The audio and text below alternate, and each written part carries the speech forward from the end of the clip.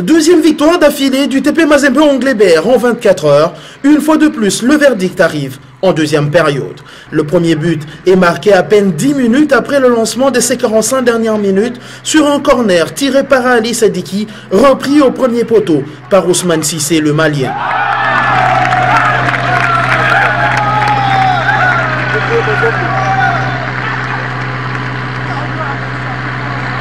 Sadiki, auteur de 2 passes décisives dans ces 2 matchs consécutifs.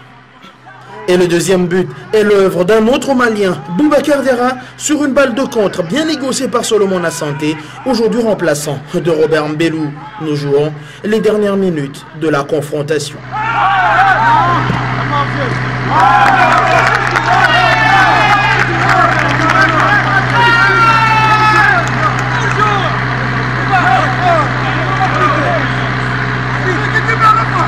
Deux matchs en 48 heures, la difficulté forge, mais aussi le souci de soigner l'image du team noir et blanc à l'extérieur, ont motivé le staff technique.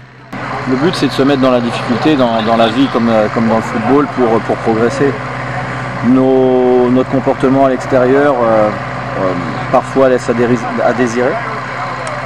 Donc ça me semblait vraiment important de s'adapter. L'année dernière, on a eu de très belles victoires au Mali, par exemple, en demi-finale. Cette année, on a été capable d'aller gagner à Vita. Donc, dans certains contextes, on a su se transcender pour aller gagner à l'extérieur. Et pour moi, la meilleure façon d'aller faire un exploit à Zamalek, c'est déjà de s'imprégner du fait de jouer le soir.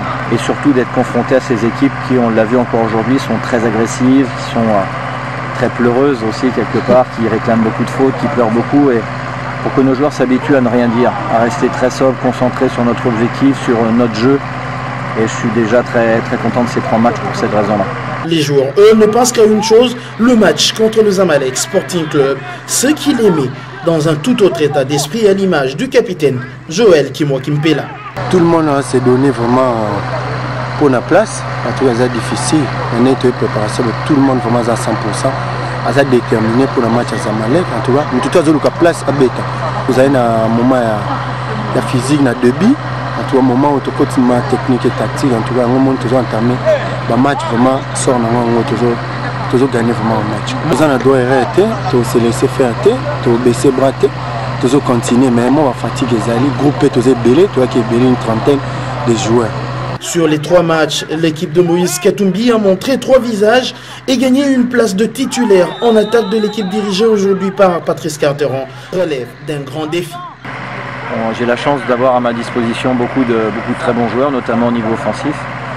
On le voit depuis le début du stage où sur le couloir gauche, entre Ali Sadiki qui a marqué, qui a fait 2 passes décisives, Adama Traoré qui a été formidable et Renfort Kalaba qui est un joueur fantastique. Ça nous fait vraiment beaucoup de possibilités à certains postes. Après, la concurrence va être rude.